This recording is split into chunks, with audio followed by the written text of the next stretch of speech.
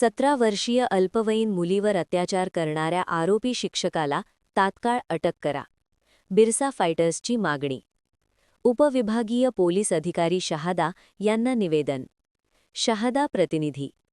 शहादा शहरातील एका कोचिंग क्लासेसमध्ये शिक्षण घेत असलेल्या 17 वर्षीय अल्पवयीन मुलीवर विनयभंग करीत अत्याचार केल्याच्या गंभीर घटनेप्रकरणी संबंधित आरोपी शिक्षकाला तात्काळ अटक करून त्याच्यावर कठोर कायदेशीर कारवाई करण्यात यावी अशी ठाम मागणी बिरसा फायटर्स नंदुरबार संघटनेच्या वतीने करण्यात आली आहे.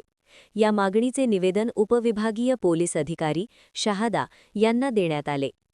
निवेदनात नमूद करण्यात आले आहे की दिनांक 2 जानेवारी 2026 रोजी सकाळी 7 ते 10 या वेळेत शहादा शहरातील एका कोचिंग क्लासेसमध्ये शिकवणाऱ्या शिक्षकाने 17 वर्षीय अल्पवयीन मुलीवर विनयभंग करीत लैंगिक अत्याचार केल्याची गंभीर घटना घडली आहे.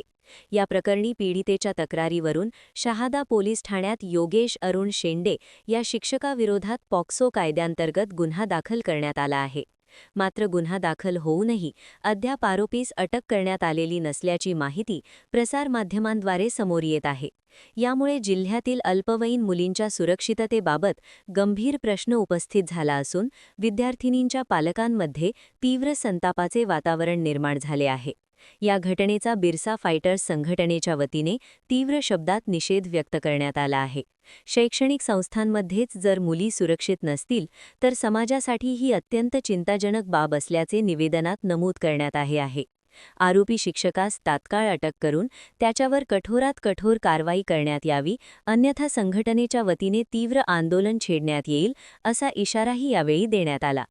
निवेदन सादर करताना बिरसा फायटर्सचे राष्ट्रीय अध्यक्ष सुशील कुमार पावरा, राज्य अध्यक्ष गोपाल भंडारी, राज्य उपाध्यक्ष गणेश खर्डे, तळोदा तालुका अध्यक्ष सुभाष पावरा यांच्यासह संघटनेचे अनेक पदाधिकारी व कार्यकर्ते उपस्थित होते.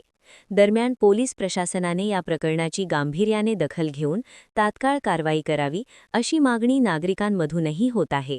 पाहत रहा लोकसेवा न्यूज 24 तास.